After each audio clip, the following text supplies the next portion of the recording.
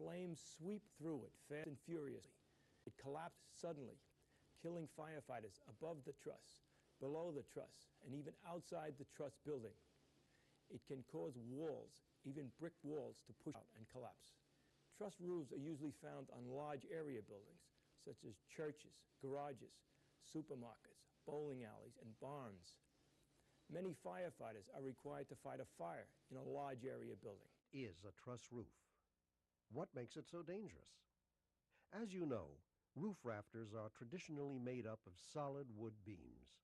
They're more than adequate for short building spans and the weight of standard roofs. But when the span is long, a solid wood beam strong enough to support the additional weight of the roof would be too heavy and too costly. The solution? A lightweight, pre-assembled economical substitute called the truss. In recent years, builders have been using these cheaper truss roofs on short spans as well as long, with increasing frequency. They're not just on big commercial buildings anymore, but on stores and homes of every size. And floors can have truss construction too. Truss roofs are made up of a series of truss sections. Since they replace beams, there are a number of these truss sections running parallel to each other at equal distances apart. The upper and lower members of a truss are called chords. The web refers to the members that connect the top and bottom chords. The members are joined in a succession of triangles because triangles have the required stability and strength. This triangular design is what allows the truss to support maximum loads with the minimum amount of material. Unfortunately, the same triangular design makes a truss roof uniquely vulnerable to collapse. If one member fails, the whole truss fails and can cause the entire roof to fall.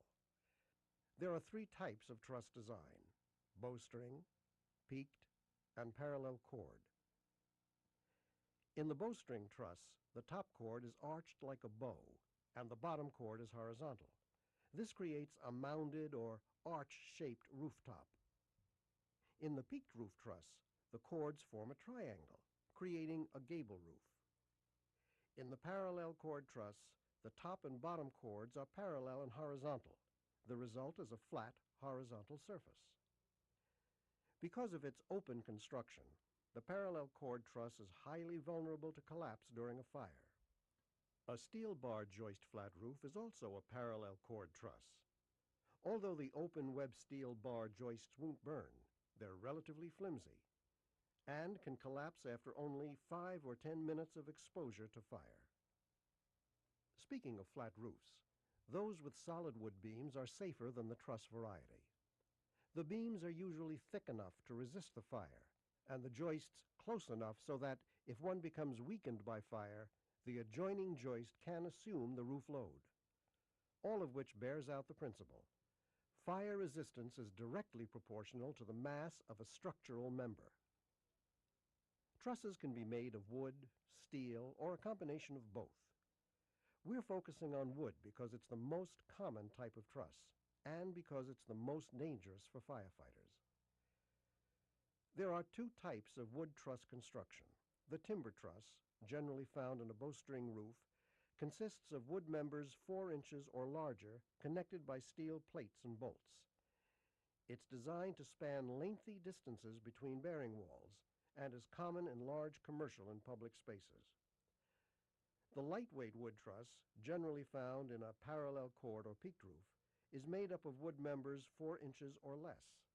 The sheet metal surface fasteners that connect them only penetrate the wood surface about 1/2 inch. The lightweight wood truss, more and more popular every year, is intended for much shorter spans than the timber truss, but both can be lethal in a fire.